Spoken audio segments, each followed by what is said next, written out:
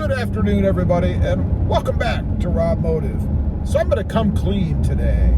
Get a lot of questions on the channel, or I get them periodically. Did you catch that little turbo whir there? Love that in this new truck. But I get a lot of questions on the channel. You know, why in the hell do you keep buying Toyota Tacomas? You know, I've had 8, 9, 10, I don't know, many Toyota Tacomas over the year. I'm even so bad as I've bought the same year. You know, I had two 2024 4th gen Tacomas, and I recently traded off to a 2025. Now, the first one that I had was the Sport.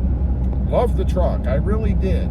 But I had it leveled. I had the front end done, and it developed some sort of clunking weird noise, and you know, I didn't really dig it. And it was a 2-wheel drive. So I decided to join the fray, buy a 4-wheel drive, buy a TRD off-road, which I did. Bought a 2025 TRD off-road, traded off my beloved Sport. And what I really liked about the Sport was it was more nimble, it was tighter, it was quicker, at least it felt that way to me. And I love the hood scoop on it, right? Nonetheless, traded it off, let it go, got the TRD off-road. Had a front end lift done on it. Same thing, level lift, even done by the dealership.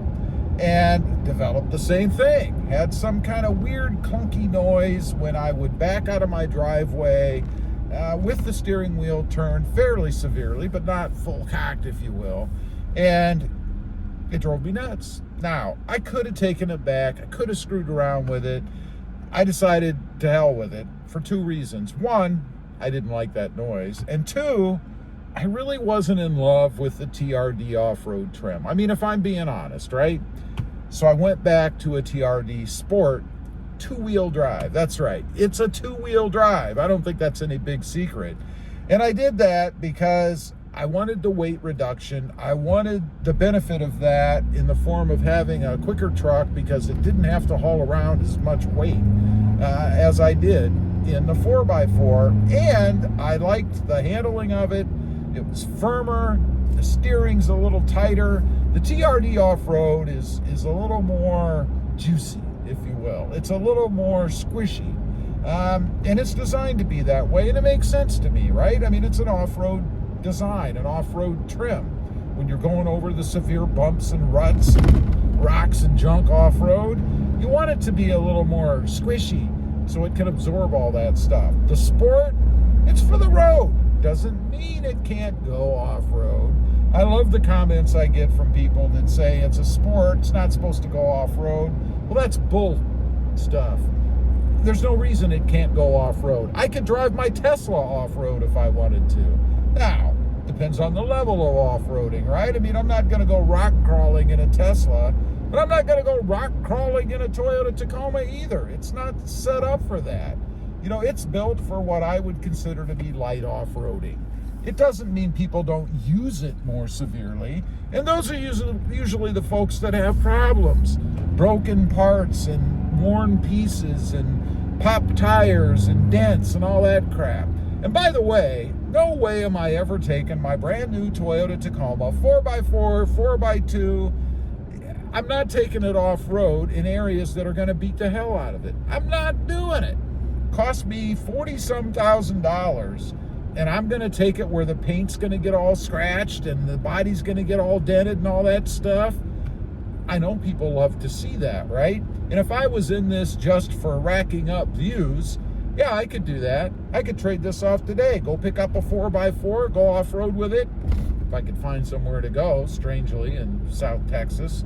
But go off-road with it, beat the hell out of it, and my views would probably increase, no doubt, because people love pain and suffering. When it's not them. Nobody else paid for this truck but me. It's going to be the way that I like it, right? So that's one answer, I guess, a long answer to that question. Why do I keep buying Toyota Tacomas? I guess I'm fickle. I want what I want, and if it doesn't give me to the nth degree of what I want, it's out of here. And this one does. This one's going to be around for a long time. I don't have any issues with this truck. No trepidation as to why or buying it or keeping it. So we're going to have it for the long run.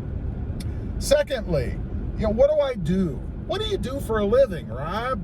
How do you do this? I'm a full-time content creator. That's what I do.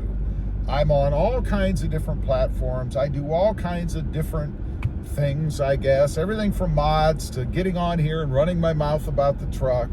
I'm diversified. I have income streams from different places, right? No, just doing the YouTube stuff does not enable me to buy trucks. It's not enough.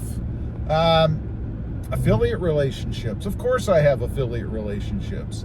Anybody who does YouTube full-time for a living is going to have affiliate relationships. I don't care what they tell you or don't tell you, but they do.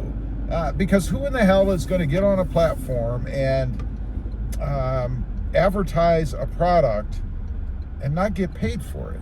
Who does that? That would be like Walmart opening its doors and giving away everything they bring in. How do they make any money? They have to eat, right? Well, it's the same for me. I have to eat. And I know you've seen me on camera. I'm hungry. So yes, I do have different affiliate relationships. However, I will tell you, I have never advertised or gotten behind a product on the channel that I don't believe in. I just can't do that. It doesn't make any sense to me. It makes you a liar. It really does. I mean, when you get on your channel and talk about things that after you get off, or talk to your buddies or other people and say, yeah, I did this video today and the product's a piece of shit, but hey, I got paid good for it. Come on, man. How long are you going to survive doing that? Because folks are going to buy that product. They're going to get it for their truck. They're going to put it on and they're going to discover that it's a piece of junk. You have to have some integrity when you do this, right? So everything that I put on or advertise is stuff that I believe in. And I'll tell you if it's not. I've done that before. I had a train horn I put in the truck. Piece of junk.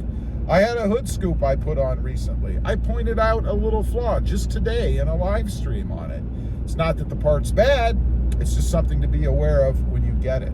So those are the answers to two of the biggest questions, I guess, that I get most frequently in the channel. I love the Tacoma also. Again, I wouldn't own this truck if I didn't love this truck. It wouldn't make a lot of sense for me to devote what I do for a living standing behind a vehicle that I can't stand or that's a piece of junk.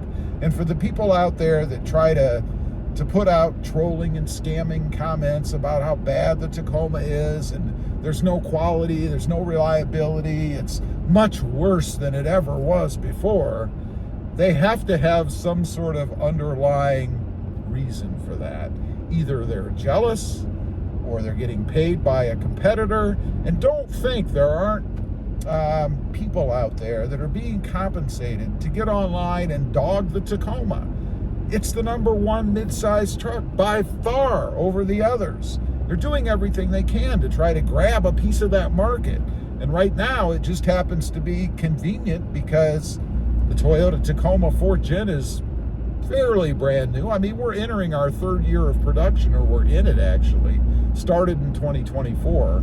So they're kind of losing their grip a little bit. I'm seeing a little bit of this negative BS disappear.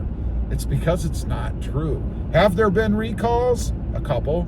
Did Toyota fix them? Yes. Are there going to be more? Probably.